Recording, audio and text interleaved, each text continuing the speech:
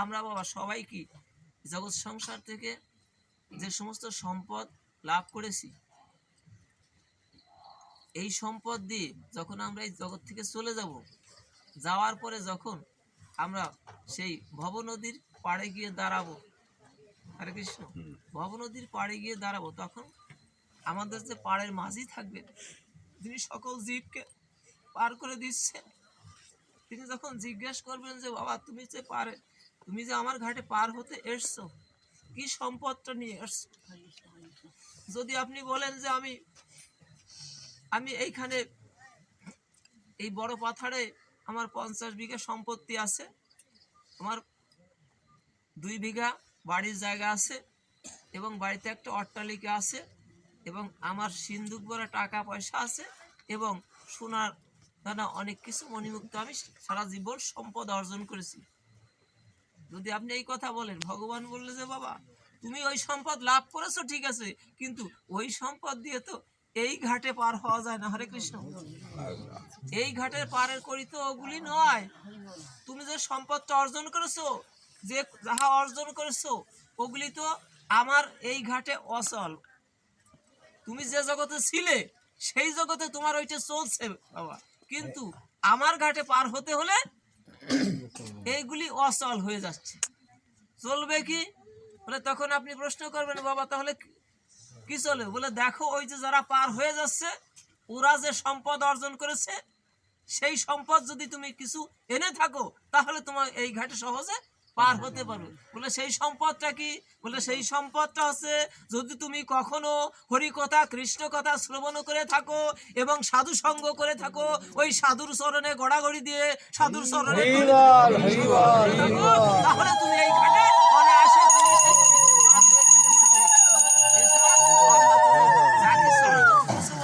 এই দিয়ে পার হওয়া যায়।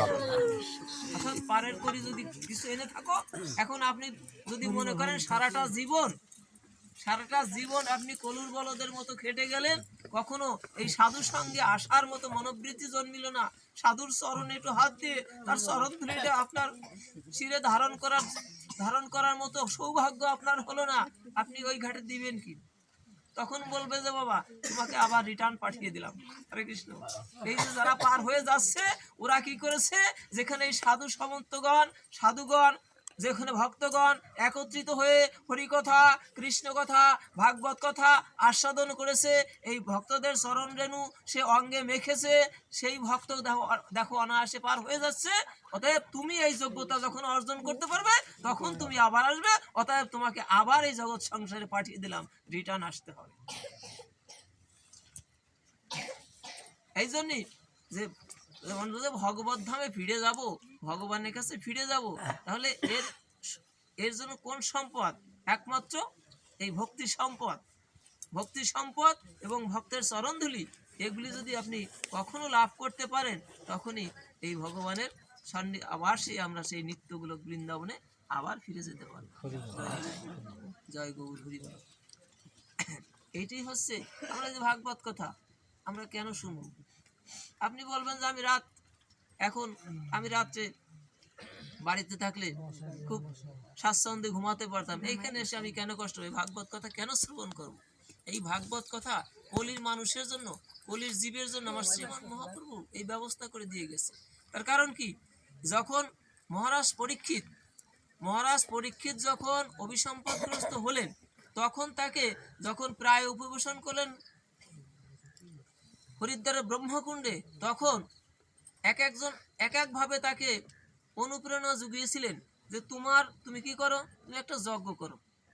কেউ বলছে যজ্ঞ করো, আবার কেউ বলছে তুমি দান করো। বিভিন্নভাবে তাকে বলেছে যে তুমি যে অভিসম্পদগ্রস্ত হয়েছো, তোমার মাত্র 7 দিন, তাই একদিন শুধু আনাগোনার মধ্যে দিয়েই চলে গেল। 7 দিনের প্রায় একদিন যায় অবস্থা, সিদ্ধান্ত নিতেই। এরপরে বললো যে কোনো সিদ্ধান্ত উনি সঠিক মনে করলেন না। যে কয়টা দিনে আছে, এই 7 দিনে দেখেন একটা যজ্ঞ করতে হলে অনেক আগে থেকে তার একটা প্রস্তুতির দরকার আছে না? এখন কেউ বলছে যজ্ঞ করো, কেউ বলে তপস্যা করো, কেউ বলে ধ্যান করো। বলে এই ধ্যান করে কি ভগবানের হাজার হাজার বছর মুনি ঋষি যারা তারা ধ্যান করে ভগবানকে লাভ করতে পারে না।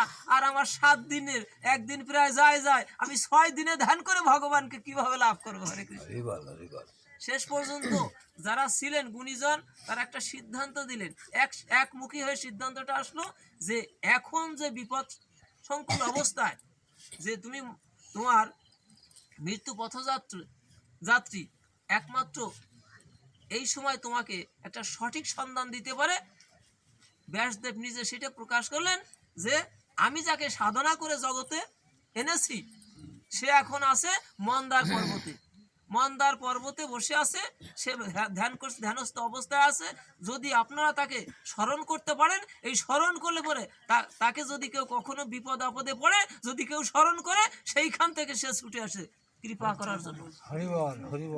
যখন সকলে মিলে তাকে স্মরণ করলেন সেই শুকপাদ গোস্বামীকে, তখন কি করলেন, সেই ওই মহারাজ পরীক্ষিতের সেই হরিদ্বারের ব্রহ্মকুণ্ডে এসে তিনি উপনীত হলেন। এখন দেখেন এখানে ভাগবত ওই শ্লোকটা তখনই আসলো যে মহন্ত স্বভাবেই তাড়িতে পামর, নিজ কার্য নাই তবু যান পরঘর। সাধু যারা তারা যদি কোনো গৃহে যায়, কারো বাড়িতে যায়, তাহলে নিজের কল্যাণের জন্য নয়, ওই গৃহীর কল্যাণের জন্য ওই গৃহে ওই সাধুরা যায়। হরে কৃষ্ণ।